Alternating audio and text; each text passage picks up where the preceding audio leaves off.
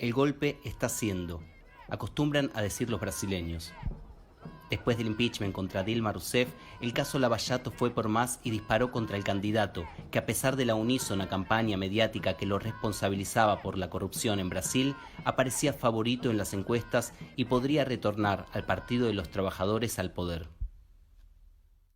Os setores populares que também são afetados pela mídia não reagem e não aceitam essas mensagens da mesma forma que as classes médias, os profissionais liberais. Por quê? Porque eles sentiram na sua própria vida, sentiram na pele os efeitos benéficos dos anos de governo de Lula e de Dilma. Lula estuvo 580 días en prisión. El juez que lo condenó pasó a formar parte del gobierno de su rival electoral, pero el expresidente fue liberado y promete dar vuelta al tablero en el año 2020. La lucha que travamos en esos 2 años por la liberación de Lula fue fundamental y fue la principal y quizá la única victoria política que la clase obrera tuvo en ese periodo, porque ahora, con su liberación, entraremos en un nuevo ciclo de enfrentamiento con la derecha, con el capital. Revueltas sociales, ajuste neoliberal, crímenes socioambientales, golpe de Estado, militarización, Lula preso, pero también Lula libre. Se va un 2019 que ocupará varias páginas en la historia de América Latina, pero antes queda la voz del primer y único operario que llegó a la presidencia de Brasil.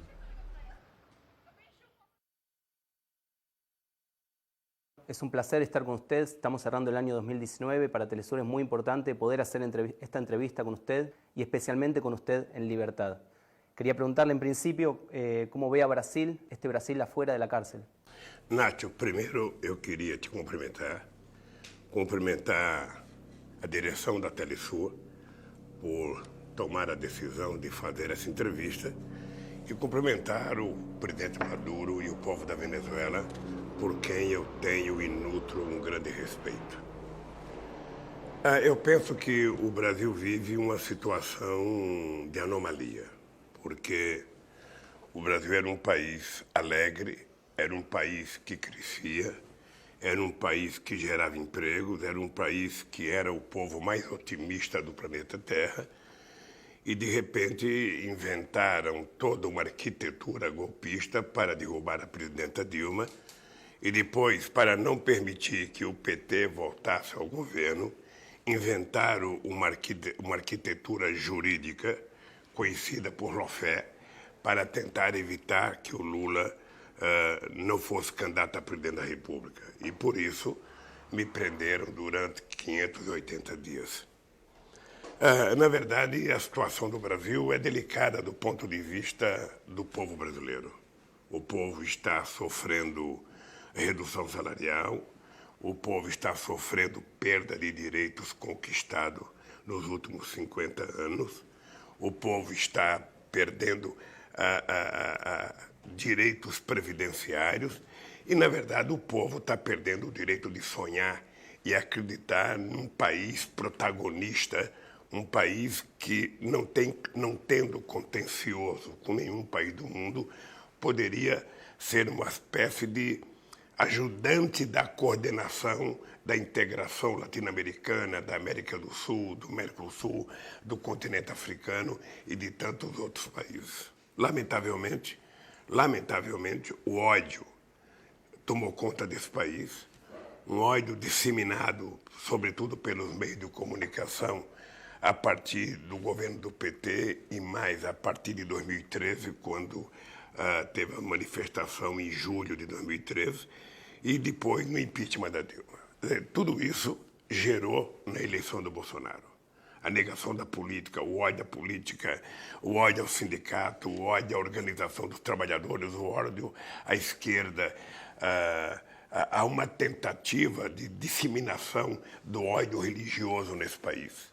Isso tudo é muito grave, porque o Brasil é um país em que as pessoas se gostam, as pessoas adoram ser felizes, as pessoas querem estar bem, as pessoas são alegres, mas nesse momento nós vivemos uma situação de anomalia no país. Eu, particularmente, acho que nós temos todas as condições de recuperar o debate democrático no país, valorizar a esquerda no Brasil e na América Latina, que eles querem destruir, a combater o neoliberalismo que está vendendo, está destruindo todo o patrimônio público que foi construído ao longo de 70, 80 anos.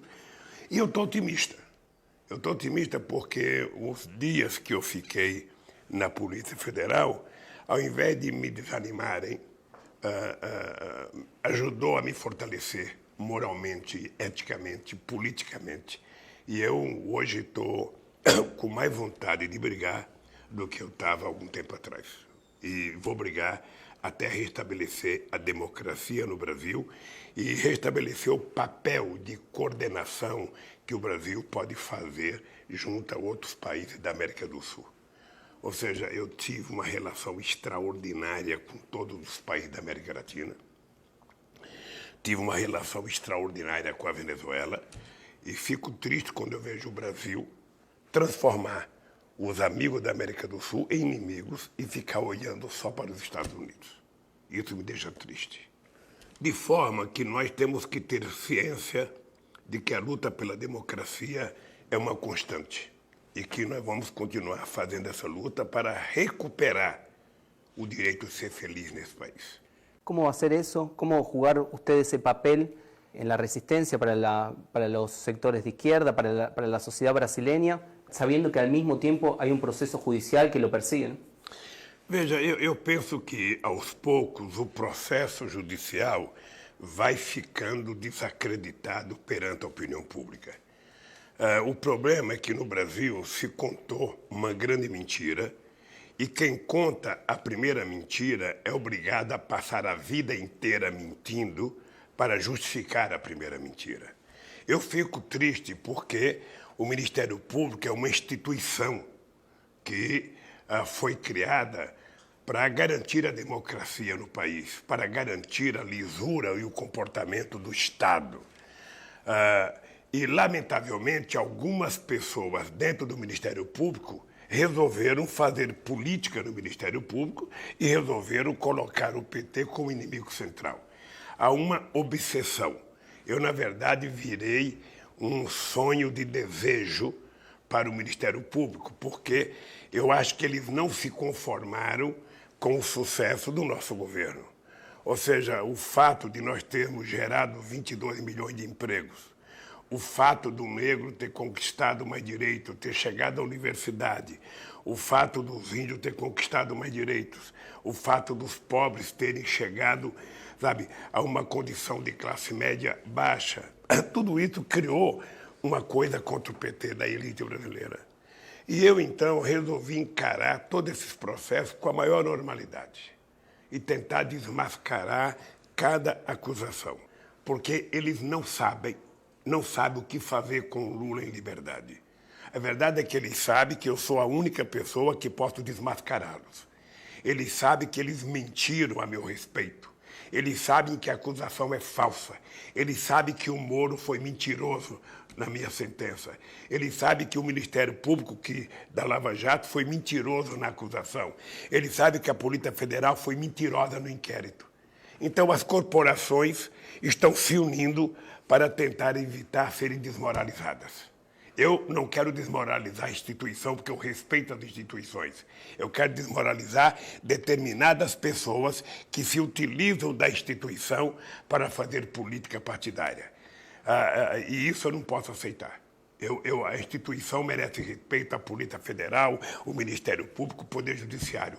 Mas pessoas que se comportam como marginais, como a Operação Lava Jato, como o juiz Moro, eu não posso respeitar. Então, eu estou brigando para restabelecer a verdade no Brasil. E isso, Nacho, pode ficar certo que pode demorar um tempo, mas nós vamos conseguir restabelecer a verdade no Brasil.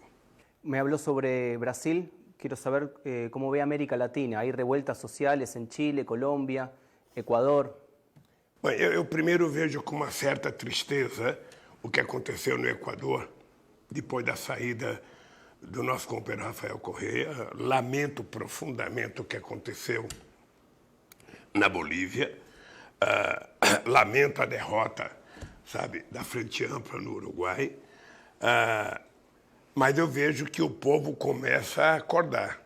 Eu vejo que o povo começa a se levantar e começa a perceber que houve muitas inverdades contadas para tentar derrubar os governos progressistas e populares. Eu fico feliz quando eu vejo o povo se manifestar na rua da forma mais democrática possível, tentando reivindicar direitos. É preciso que as pessoas entendam que a democracia não é um pacto de silêncio. A democracia é uma sociedade em movimentação à procura de conquistar mais direitos, de conquistar mais respeito, de conquistar mais dignidade.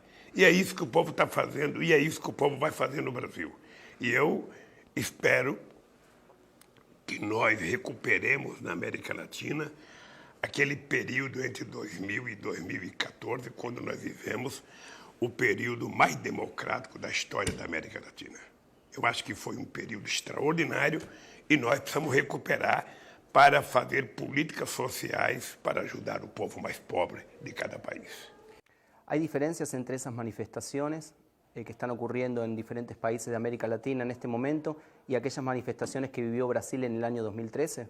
A diferença é que essas manifestações são feitas para conquistar direitos. As manifestações de 2013 foram feitas já fazendo parte do golpe contra o PT. Tá? Elas já foram articuladas para garantir o golpe, porque elas não tinham reivindicações específicas. Não tinha reivindicações específicas. O golpe começou, na verdade, as manifestações começaram como parte do golpe, incentivada pela mídia brasileira, incentivada, eu acho que inclusive de fora para dentro. Acho que já teve o braço dos Estados Unidos nas manifestações do Brasil. Eu lembro, Nacho, eu ia visitar a Venezuela e eu não acreditava o que eu via na televisão contra o Chávez. Não acreditava. Eu achava que não era possível a mídia ser tão agressiva contra um presidente como a mídia venezuelana era contra o Chávez. E eu jamais imaginei que isso pudesse acontecer no Brasil. Pois no Brasil aconteceu pior do que na Venezuela. Aconteceu pior. O Chávez teve a competência de criar a Telesur, que é um instrumento de comunicação, que eu até fiquei feliz, porque eu estava na França, as únicas notícias da América Latina que a gente tinha era pela Telesur. E nós, no Brasil, embora tenhamos criado um canal de televisão, nós não conseguimos, sabe, o crescimento que a Telesur conseguiu. Então, a democracia é uma coisa muito séria. É uma coisa muito séria. E eu acho que as acusações que fazem contra a Venezuela, você pode até discordar de uma medida de um governo, de uma posição econômica de um governo. Mas quem resolve os problemas da Venezuela é o povo da Venezuela. É somente o povo que tem o direito de colocar um presidente e de tirar um presidente. Pela via democrática.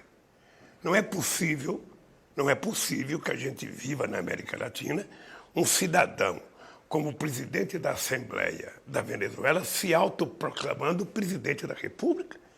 Se essa moda pega, imagina que não teremos mais garantia democrática em nenhum país. O cidadão que perdeu se autoproclama presidente da República. Aqui no Brasil, em 2014, quando a Dilma ganhou as eleições, os conservadores não aceitaram o resultado, foram para a justiça. Eles criaram o ódio que hoje reina nesse país, ajudado pela mídia. E o nosso papel é desmontar esse ódio e construir uma relação da sociedade em que a gente possa viver, mesmo na diversidade, democraticamente. Sabe? Eu tenho utilizado a frase que contra o ódio, a gente tem que vender o amor. Hay procesos de golpe en Brasil. En este momento estamos viviendo una situación de crisis en Bolivia. Quería saber por qué usted cree que Venezuela, después de tantos intentos y tantos ataques, continúa resistiendo. Já tive a oportunidade, Nacho, de participar e uma grande crise na Venezuela em 2003. Eu lembro que em janeiro de 2003, eu tinha pouco tempo da presidência, quando eu propus criar um grupo de amigos da Venezuela para ajudar a democracia venezuelana. E eu lembro que eu propus Brasil, Argentina, não sei se o Canadá, Estados Unidos e Espanha.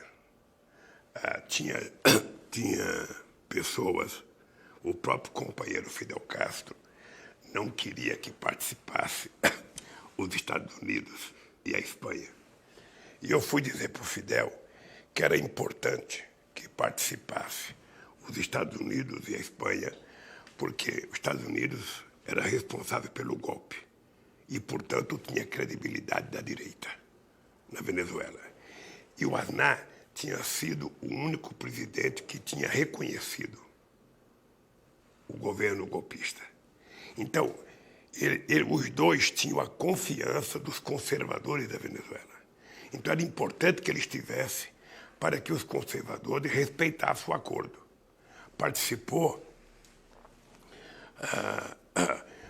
o Departamento de Estado americano, na época era o general Colin Powell, participou a Fundação Jimmy Carter, sabe? E foi um sucesso.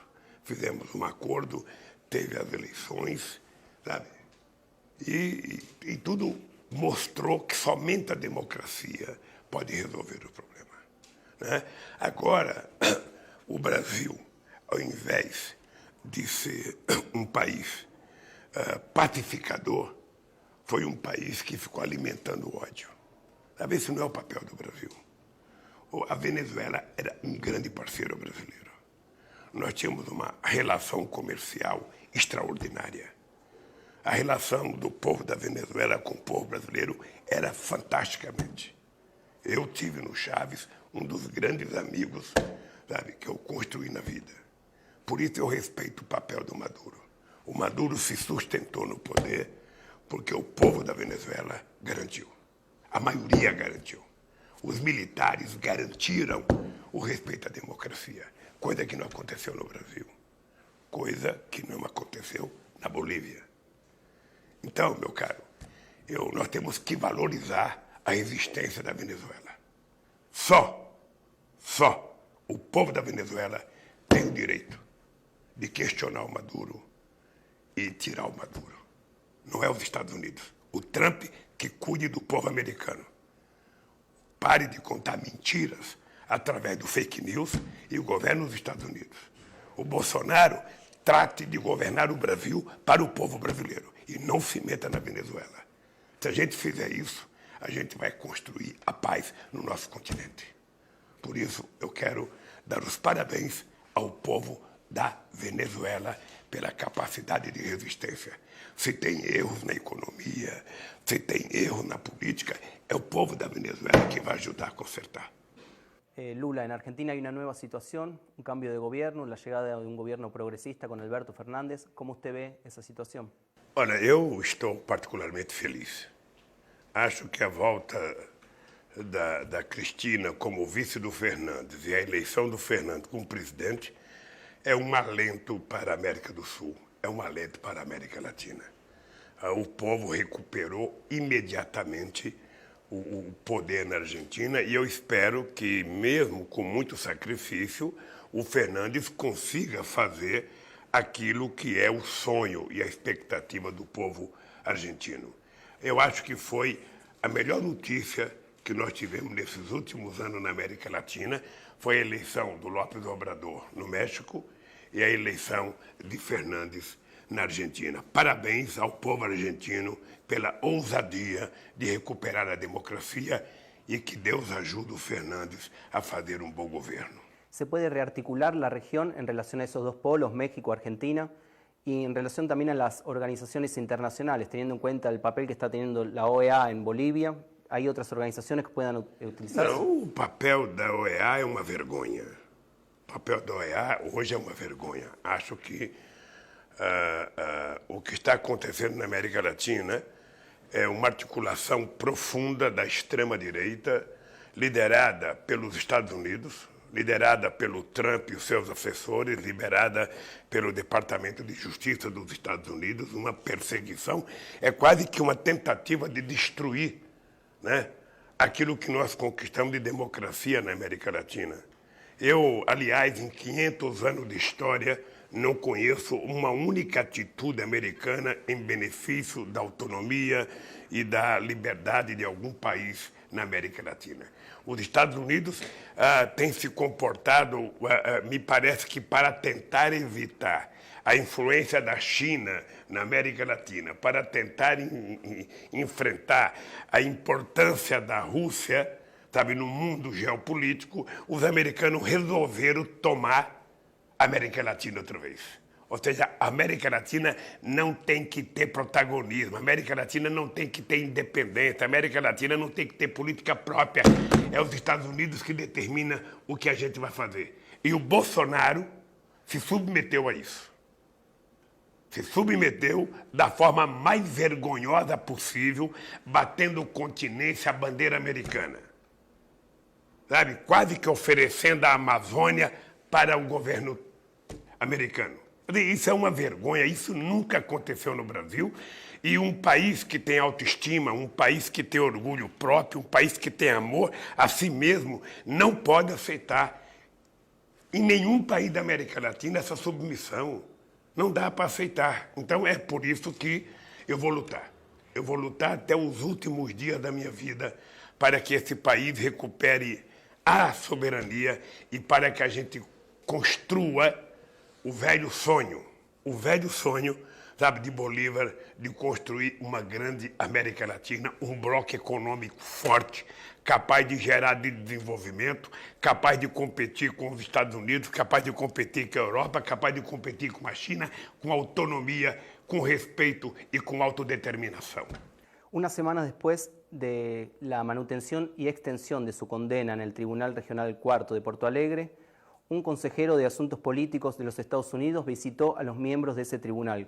¿Qué piensa usted de eso? Olha, eu penso que é uma vergonha, um vexame, e acho que tanto o Conselho Nacional de Justiça, quanto o Conselho Nacional do Ministério Público, quanto as outras instituições, sobretudo a Suprema Corte, olhe com muita atenção a submissão da Operação Lava Jato aos Estados Unidos.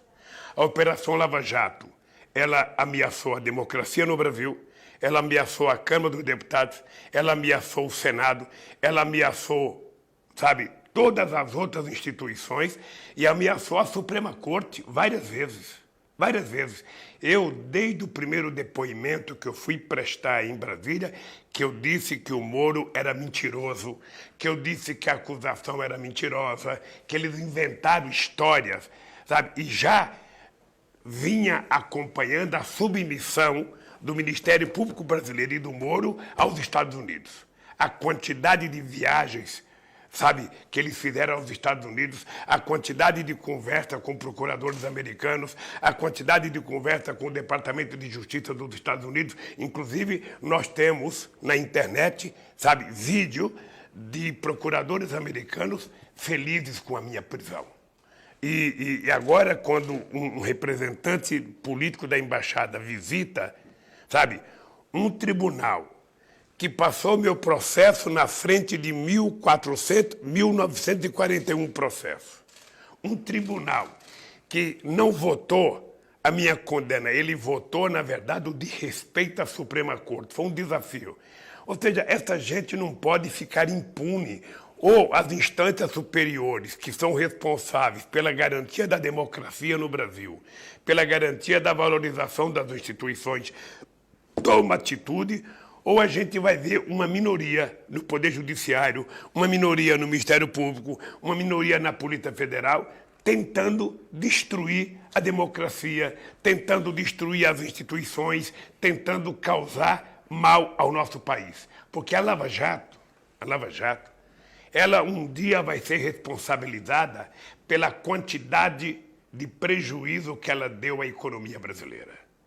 Só ao PIB brasileiro foi mais de 142 bilhões de reais. Só de desemprego foram mais de 2 milhões de desempregados. Destruíram a indústria de engenharia, destruíram a nossa indústria naval, destruíram a indústria de óleo e gás.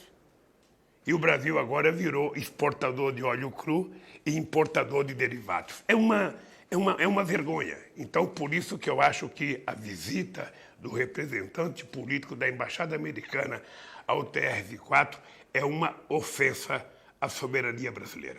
¿Encuentra procesos similares de lawfare en otros países de América Latina? Até o Rafael Correia é uma coisa similar.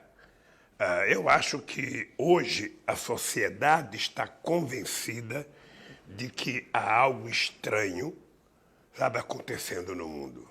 Não apenas no mundo latino-americano, no mundo como um todo. A política está enfraquecida. A política está desacreditada. E a quem interessa desacreditar a política? As elites financeiras.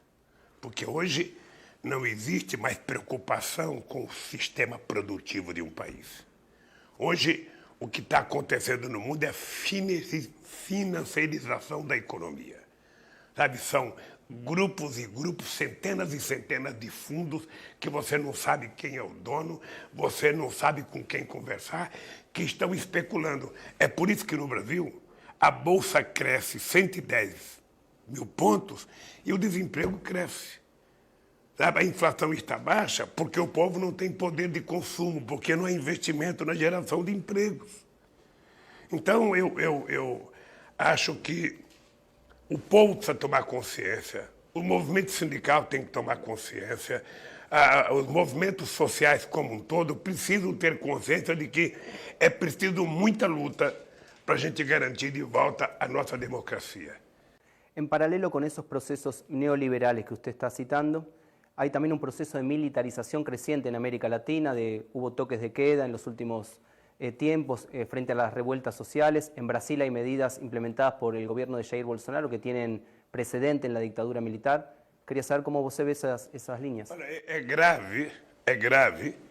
Agora, o que acontece? Os militares que não tiveram coragem de agir na Bolívia contra os agressores ao Evo, tiveram coragem de agredir o povo do Evo contra os golpistas. Aqui no Brasil, o Bolsonaro está ameaçando todo santo dia. Ele ameaça os negros, ele ameaça os sem terra, ele ameaça a CUT, ele ameaça o sindicato, ele ameaça os estudantes, ou seja, ameaça os artistas, ou seja, todo mundo que não concorda com eles viram inimigos. Sabe? No Equador, a mesma coisa. E nós precisamos nos rebelar, os democratas do continente, aqueles que acreditam na democracia como um valor fundamental, sabe, tem que lutar contra isso. Tem que lutar contra isso. E o papel dos militares, no caso do Brasil, está definido na Constituição.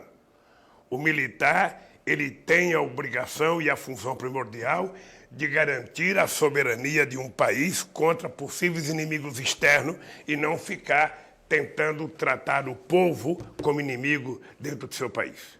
Sabe, as Forças Armadas é um instrumento, sabe, de defesa da soberania de um país. Se algum general quiser ser candidato, ele renuncia ao cargo e vai ser candidato, aí tudo bem. Además de las Fuerzas Armadas, hay un proceso creciente de paramilitarización, por ejemplo en Colombia, en Brasil el uso de las milicias. Nós conhecíamos na Colômbia o que eram as milícias e os paramilitares. Aqui no Brasil a gente não tinha essa experiência. A gente ouvia falar muito no Rio de Janeiro, mas não tinha nada provado. Agora está provado. Agora está provado que tem muitos milicianos no governo Bolsonaro. Agora está provado que o principal miliciano, que é o Queiroz, que é o responsável de muitas coisas de falcatrua na vida da família Bolsonaro, está escondido aqui no Morumbi, no bairro Rico, e ninguém vai atrás. O Ministério Público não vai atrás, a Polícia Federal não vai atrás. Ele não prestou depoimento, ele respondeu por escrito o depoimento dele e está solto. O caso da Marielle, até agora, não foi apurado. Já se sabe quem matou, mas até agora não se sabe quem mandou. Então, meu caro, esta é uma novidade política no país. Um governo ligado aos milicianos. E no Rio de Janeiro, por tudo que a gente vê na imprensa, parece que há um predomínio de ex-militares, tanto policiais da Polícia Militar, das Forças Armadas, ex-policiais, participando, sabe, dessa política de agressão à sociedade. Porque miliciano é isso, é uma política de agressão à sociedade e aos direitos humanos, ou seja, é fazer justiça com as próprias mãos, coisa que nós não aceitamos. Para cerrar, tenemos procesos de neoliberalización crecientes, incendios en la Amazonia, entrega de recursos naturales, asesinatos en el campo. ¿Cuáles son las esperanzas para el próximo año en un panorama que parece tan difícil? Nacho, eu sou um homem de muita esperança.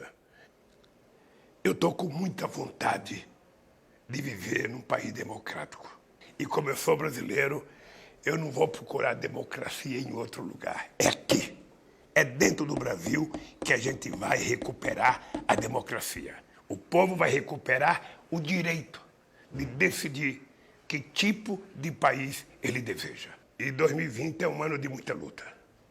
Eu pretendo viajar o Brasil, sabe, o ano que vem, viajar por todos os estados, conversar com o povo, viajar por universidade, fazer debates, ou seja, a soberania nacional é o meu tema predileto. Soberania significa, sabe, você cuidar do país dentro da sua fronteira, significa você cuidar das suas riquezas minerais, significa você cuidar da sua água, significa você cuidar da sua floresta, significa você cuidar da sua educação, significa você cuidar da sua saúde, significa você criar emprego, significa você investir em ciência e tecnologia.